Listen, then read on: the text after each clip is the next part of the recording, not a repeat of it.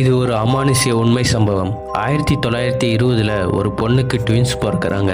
வளர வளர அவங்க ரெண்டு பேருமே அக்கா தங்கச்சிங்க மாதிரி இல்லாம ரொம்ப க்ளோஸா ஃப்ரெண்ட்ஸ் மாதிரியே வளர்ந்து வராங்க. அப்படியே கொஞ்ச நாள் போக அந்த ரெண்டு பேர்த்துல ஒரு குழந்தை இறந்து போகுது. அந்த குழந்தை இறந்து போனதுல இருந்து அவங்க அம்மாக்கு இன்னொரு பொண்ணோட ரூம்ல அந்த இறந்து போனோட பொண்ணோட வாய்ஸுமே கேட்டிருக்கு. அவங்க அம்மா போய் செக் பண்ணி பார்த்தாலுமே அந்த ஒரு குழந்தை மட்டும்தான் இருக்கும்.